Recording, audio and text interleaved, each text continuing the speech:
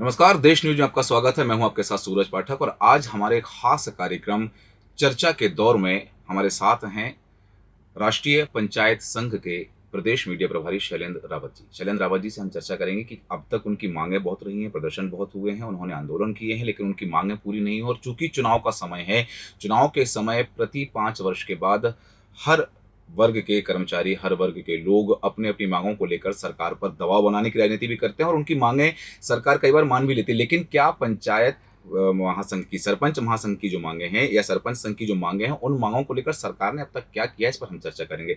शैलेंद्र जी, बहुत स्वागत है देश न्यूज में आपका। बहुत बहुत धन्यवाद आदरणीय जी। शैलेंद्र जी, सबसे बड़ी बात यह है कि चुनाव के समय हर कर्मचारी वर्ग, हर संघ अपनी अपनी मांगे सरकार के पास रखता है। यही समय क्यों याद आता है कर्मचारियों को अपनी मांगे रखने का? देखिए, आपके चैनल के माध्यम से मैं ये बता देना चाहता हूँ कि मेरी ग्राम पंचायत सिमरिया में मैं 1 वर्ष पहले नवनिर्वाचित सरपंच हूँ और राष्ट्रीय सरपंच संघ में मैं प्रदेश मीडिया के दायित्व पर निर्वहन कर रहा हूँ। देखिए, आपके चैनल के माध्यम से मैं आप माननीय मुख्यमंत्री जी को अवगत करा देना चाहता हूँ। हमारे सभी जिला अध्यक्षों और ब्लॉक अध्यक्षों ने माननीय मुख्यमंत्री जी को ज्ञापन के माध्यम से कई बार अवगत कराने का प्रयास किया, लेकिन माननीय मुख्यमंत्री जी के कान पर जूं तक नहीं रहेंगी। माननीय मुख्यमंत्री जी कुंभकर्ण की नींद में सोए हुए हैं।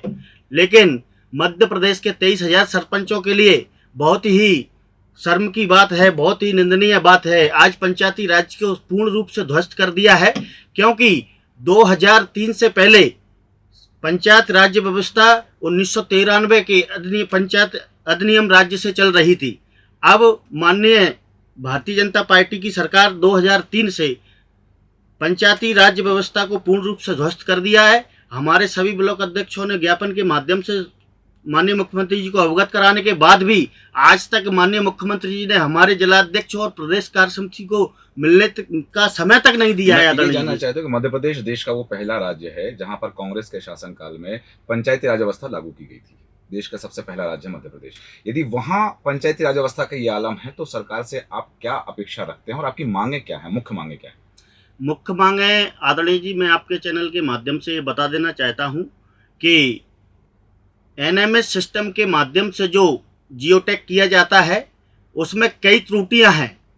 कई 23,000 सरपंचों में से कई पंचायतें अभी भी ऐसी हैं जहां नेटवर्क प्रॉब्लम रहता है और अन्य प्रॉब्लम भी, जैसे कि इनका लिंक नहीं चलना, तो उस स्थिति में जियोटैग भी नहीं हो पाता है और मजदूरों का हाजिरी भी नहीं लग पाता है। तो उस स्थिति में सरपंचों को अपनी जेब से मजदूरी का पैसा देना पड़ता है। और ये कहाँ की न्याय संगत बात है कि पूरे देश के अंदर आपको 221 रुपये में अगर मजदूर मिल जाए तो मैं अभी की अभी इस्तीफा दे दूंगा। आदरणीय जी, सरकार को इस बात पर विशेष ध्यान देना चाहिए कि 221 रुपये में कहीं मजदूर नहीं मिलता है। वो बेचारा बेबस और लाचार होकर 221 रुपये में ग्राम पंचायतों में काम करता है, लेकिन इसका फायदा ना उठाएं क्योंकि वो मजबूर है, उसको अपने बच्चों का पेट भरना है। जी, न्याय संगत सरकार से आप क्या चाहते हैं, आपकी क्या मांगे हैं? हम सरकार से ये चाहते हैं कि 20 दिसंबर 1993 पंचायती राज्य अधिनियम लागू किया जाए और जिस प्रकार से विधायक और सांसदों को निधि दी जाती है उसी तर्ज पर प्रत्येक ग्राम पंचायत को 5 लाख रुपए प्रति सालाना व्यय करने के लिए दी जानी चाहिए। और जैसे मूलभूत सुविधाएं, खाद्यान्न और अपना बीपीएल, स्वास्थ्य सेवाएं, इतनी महत्वपूर्ण जो सुविधाएं हैं जिनमें सरपंच अपनी मर्जी से कुछ नहीं कर सकता। आवास योजना हुई कि किसी बेचारे को घर की आवश्यकता है, उसके पास रहने को छत नहीं है, लेकिन ये अपने 2011 के सर्वे के अनुसार आवास में नाम अंकित करते हैं। 2011 में जिस व्यक्ति की स्थिति गरीब थी और अब वो पैसे वाला बन गया, तब भी उसका आवास निकलेगा। लेकिन आज जिसके सिर पर छत नहीं है उसको आप एक झोपड़ी तक बना के नहीं दे सकते। और तो और मध्य प्रदेश के सरपंचों की ये तक दुर्दशा है आदरणीय जी, अगर ग्राम पंचायत के अंदर कोई चूहा भी मर जाता है तो उसको फिकवाने के लिए 20 रुपया सरपंच को अपनी जेब से बहन करना पड़ता है। आपकी मुख्य कितनी सूत्रीय मांगे हैं जो सरकार से आप चाहते हैं? आदरणीय जी, हमारी राष्ट्रीय सरपंच संघ की 11 सूत्रीय मांगे हैं, जो कि हम मध्य प्रदेश सरकार को कई बार ज्ञापन के माध्यम से और आमने सामने मिलके भी उनसे बात करने का प्रयास किया, लेकिन माननीय मुख्यमंत्री जी ने हमको तवज्जो नहीं दिया है। कोई प्रदर्शन किया, कोई आंदोलन किया है आप लोगों ने? निश्चित रूप से अभी 17 तारीख को हमारे पूरे प्रदेश के जिलाध्यक्ष और ब्लॉक अध्यक्षों की गांधी भवन में बैठक की गई थी और आगामी 15 अगस्त तक राष्ट्रीय सरपंच संघ ने मध्य प्रदेश सरकार को अलर्ट किया है कि अगर 15 अगस्त तक हमारी मांगों को पूरा नहीं किया तो महा अर्धनग्न प्रदर्शन आंदोलन किया जाएगा। उसके लिए सरकार भले ही हम पर लाठियां चलवाए या जेल तक भेजे तो हंस हंस के जाएंगे।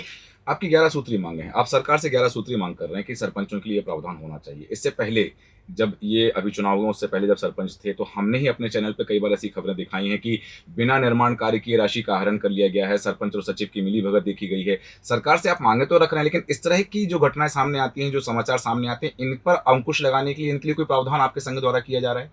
निश्चित रूप से आदरणीय जी, उस पर भी हमारा संघ विचार कर रहा है निरंतर, और उसमें भी सरकार के पद अधिकारियों की लापरवाही के कारण होता है। मैं ये जानना चाहता हूं आपके चैनल के माध्यम से, सरकार के द्वारा जब जियो टैग किया जाता है उसका काम प्राथमिक पद्धति क्या है, द्वितीय पद्धति क्या है, जब जाके आप पेमेंट रिलीज करते हैं तो फिर वो पेमेंट रिलीज कैसे हो जाता है आदरणीय जी? ठीक है, सही है। और 7 दिसंबर 2022 को मध्य प्रदेश के मुख्यमंत्री आदरणीय शिवराज सिंह चौहान ने सभी 23,000 सरपंचों की महापंचायत बुलाई और उसमें मंच के माध्यम से पूरे प्रदेश और 23,000 सरपंचों को जोर जोर से बोला कि 25 लाख के टीएस का स्वीकृति पंचायतों को देता हूं। लेकिन मैं ये दावे के साथ कह सकता हूं मध्य प्रदेश की 23,000 ग्राम पंचायतों में से किसी भी एक पंचायत को टीएस नहीं दी गई है। यदि आपकी मांगे नहीं मानी गई तो क्या करेंगे आप? यदि हमारी मांगे नहीं मानी गई तो चाहे उसके लिए हम लोगों को जेल जाना पड़े या लाठियां खाना पड़े, और यहाँ तक अगर सरकार का भाई वो तो तानाशाही रवैया है, अगर वो हम पर गोलियां भी चलवाएं तो हंस के खा लेंगे। ये आपकी अपनी मांगे हैं, सरपंचों के लिए मांगे हैं कि सरपंचों के लिए प्रावधान होना चाहिए, ग्राम पंचायतों में प्रावधान होना चाहिए। ग्राम पंचायतें किसानों से चलती हैं, किसानों का मुद्दा होता है। किसानों से संबंधित कोई मांगे हैं आपकी किसानों के फायदे के लिए? क्योंकि अभी हमने देखा है हाल ही में जब खरीदी केंद्रों पर अनियमितताएं देखी जा रही थी, वहां पर बारिश में अनाज सड़ रहा था, तब सरपंच संघ ने मांग उठाई है क्या, या नहीं उठाई तो क्यों नहीं उठाई? निश्चित रूप से आदरणीय जी, मैं आपके चैनल के माध्यम से बता देना चाहता हूँ, मेरी ग्राम पंचायत के क्षेत्र में मंगरौनी मंडी है, उसमें अभी किसानों की धान का जो समर्थन मूल्य से कम रेट पर ली जा रही थी, तो तत्काल प्रभाव में मुझे सूचना मिली और मैं वहां पहुंचा। लगभग 2000 किसान मेरे साथ थे।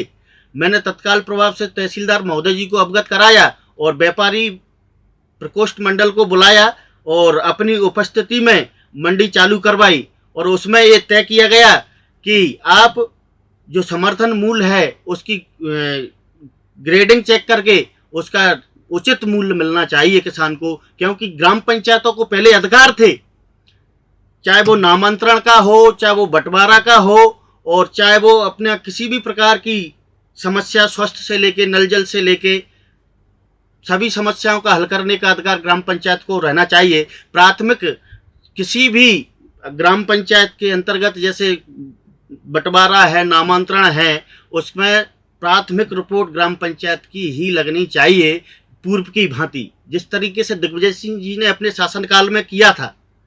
आपने अपनी मांगे रखी हैं, सरकार के सामने बातें रखी हैं, आपने आंदोलन भी किए हैं, किसानों के हित में मांग उठाई है। आपकी बात यदि नहीं सुनी गई है आंदोलन के माध्यम से, तो क्या सदन तक अपनी बात पहुंचाने का आपने कोई कारगर उपाय किया है क्षेत्रीय विधायक के द्वारा या विपक्षी दलों के माध्यम से, कि जो विपक्ष में सरकार है, सरकार के विपक्ष में है, उनके माध्यम से सदन तक बात पहुंचाने की कवायद की है क्या आपने? निश्चित रूप से मैंने अपने क्षेत्रीय विधायक जी को इस बारे में अवगत भी कराया और उन्होंने मुझे आश्वासन भी दिया। चूंकि उस समय विधानसभा सत्र नहीं चल रहा था, उस कारण वो सदन तक बात नहीं पहुंच पाई है, लेकिन आगामी विधानसभा सत्र में उन्होंने आश्वासन किया है कि मैं आपकी किसानों की और ग्राम पंचायतों की आवाज को उठाने का काम करूंगा। अगर वो ऐसा नहीं करते हैं तो वो भी उस श्रेणी में आते हैं। आखिरी 1 मिनट में सरकार से अपनी बातें रखने के लिए आपके पास समय है। जैसे कि एफटीओ के पावर ग्राम पंचायतों को दिए जाने चाहिए।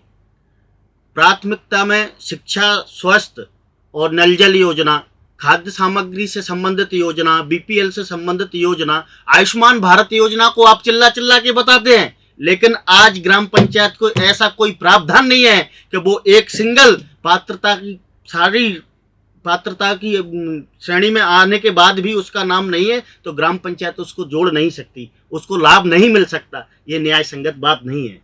शैलेंद्र रावत जी ग्राम पंचायतों के अधिकार बढ़ाने की बात कर रहे हैं, चाहे नामांतरण की बात हो, बंटवारे की बात हो या और अन्य योजनाओं के माध्यम से ग्राम पंचायत के अधिकार बढ़ाए जाएं।